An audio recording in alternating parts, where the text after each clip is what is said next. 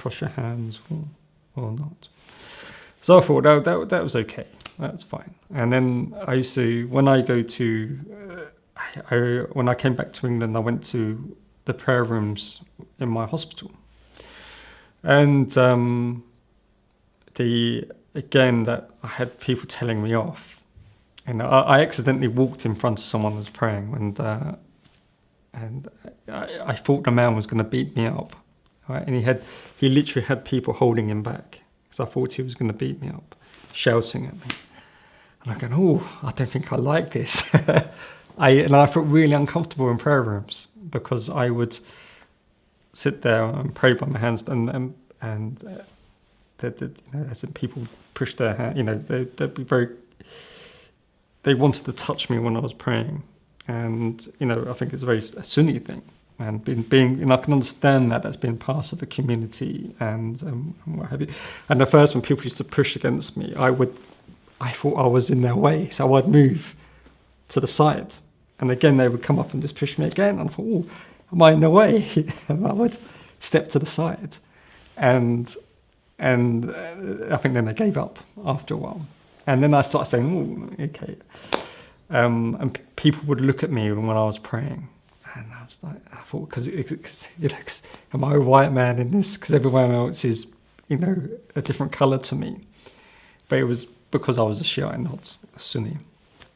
And so, okay, fine. And then that's when I started noticing the Shia Islam. And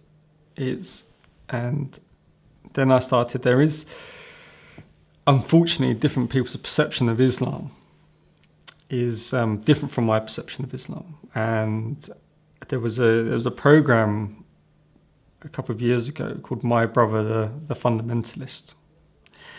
And he had this, an Englishman who converted to Islam, and he converted to Wahhabi Islam. And he grew his beard and what have you, changed his name. And his brother was filming him.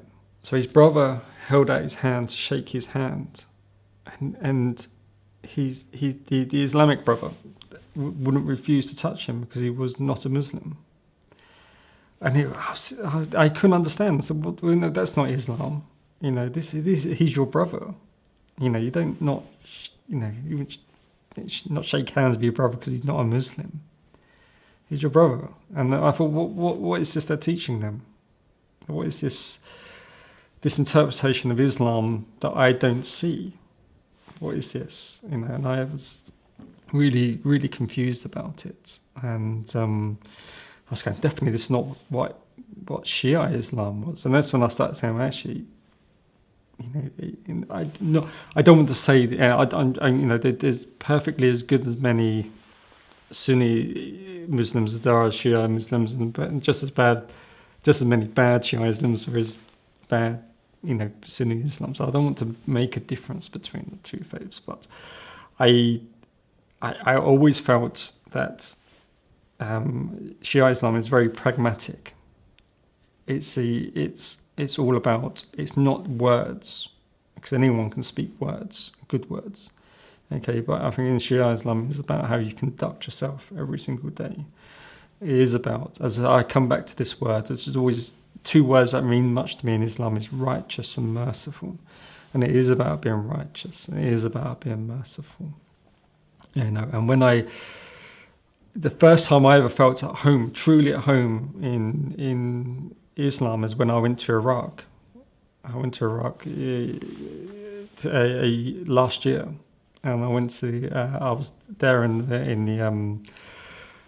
the Hussein, and I prayed with thousands of other Shia Muslims, and I felt truly at home. And to me, it was a wonderful, very spiritual feeling. It's been perfect. It's been brilliant. It's been God still pushes me.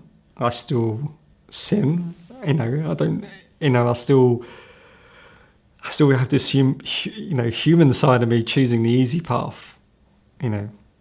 But this forgiveness that He always showed me before in life is there in abundance now. He gives me the Quran is there to guide me in my way. You know, it's a perfect book because I sometimes I have these, you know, the problems in life, and I would ask God a question, and I would open up the Quran. I would just be happy. You know, I don't flick through it. It's just why I carried on reading, and the answer would be there. And it's like, wow, and it's eerily spooky sometimes. I think, wow, how the answer's there in the Quran, and he's talking to me through the Quran. You know, he talks to me in a way when I'm doing my prayer. You know, sometimes, you know, prayer is. I find prayer an amazing experience. You know, because every so often I'll have a prayer and I feel like I've gone to a different place, and I will be lost within my prayer, and I don't know where, you know, it is, and I feel that communication with God. I feel like I say my prayer and I'm at the edge of an abyss, and before me is this immense nothing, you know, immense, you know, I don't know, immense feeling of God in front of me. It's so huge, and I feel like I'm talking to Him personally during my prayer. You know, and it's a very weird thing to say, and it's, you know, I try, you know, I'm sure other people have experiences like that. It's you know, it's nothing that you talk about every day. I talk to my wife about it, but yeah. So in my journey through my last 2 years has been, you know, it's given me a sense of who I am. It's given me a purpose in life. It's given me sometimes to say, having the courage to choose the harder path in life. You know, to take the harder path, which is the path to God, not the easy path, which is the way, you know, which is the wrong way to take. And it's given me an opportunity to live my life in a righteous way, in a goodly way. I think it's impacted on my children, because I think my children see me in the last 3 years. You know, they've seen a different father. I'm still the same father. I still love them just as much. But now they see me, you know, having, you know, virtues and strengths that I carry on every single day in my life. So Islam has completely changed my life, and it's been just dramatically for the better. And it's still hard. God still gives me very hard questions about myself, and because I won't be able to grow unless He doesn't push me. But every day He pushes me. Well, He knows exactly when I need to be pushed, and He knows exactly when He needs to carry me. And and I feel like I have a beautiful relationship with Him. Again, I'm able to. When I was in Iraq a couple of weeks ago, I went to the Imam Ali mosque, and I was struggling with a certain aspect of my faith. And I spent the whole week in Iraq struggling with this aspect of my faith. On my very last day, I got my answers to my faith, that question, and it was just like this revelation to me. And